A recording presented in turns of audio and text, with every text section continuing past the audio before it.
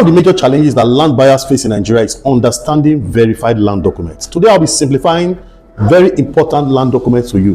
One of them is survey plan. Survey plan is a very important land document in Nigeria today that outlines the boundary, the coordinates, and everything you need to know about a particular land. Importantly, what makes a survey plan interesting is that you also spell out the name of the surveyor and every other information you need to know. Importantly, to this registered surveyor who have prepared this land document. And it's also important that whenever you want to obtain other document like the CFO, this land document is required. So whenever you are doing that survey today, we also have two kinds of survey plan: provisional survey and registered survey.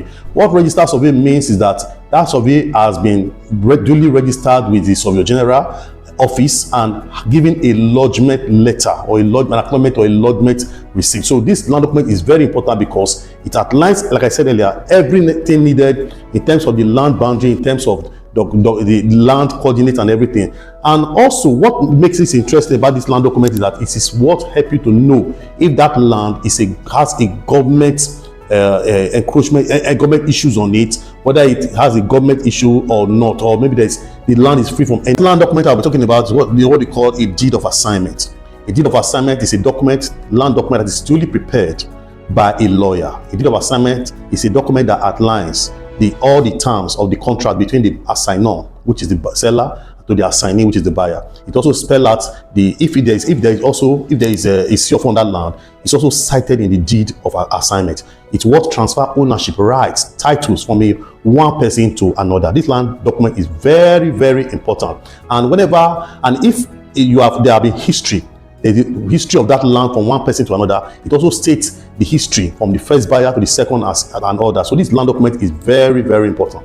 The next land document I'm talking about is what they call a contract of sale. Contract of sale is a document in real estate that outlines every terms and condition of the contract between a seller and a buyer. Contract of sale also is very important, especially when you are doing spread payment of payment plan and all that. So it's often given to the buyer as soon as the buyer makes the first commitment. Okay, that document is very important because it's what details the contract, what are the terms, the conditions by which the land is sold. The next land document I'm talking about is what we call a receipt, payment receipt. This is the list of the real estate document or land document in Nigeria today.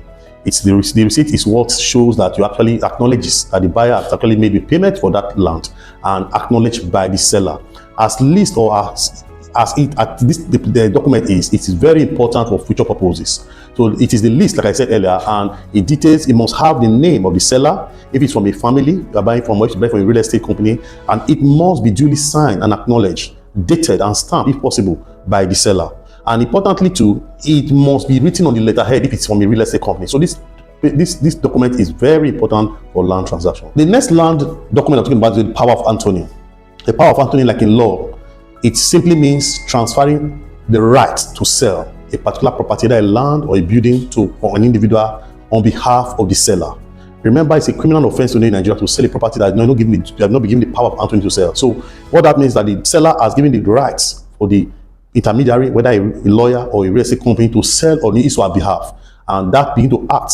And by law and by real estate practice, every other thing that the intermediary does on behalf of the seller is taken as the seller that does it. So this document, whenever you are buying a land today in Nigeria from a third party, please kindly ask for the power of attorney.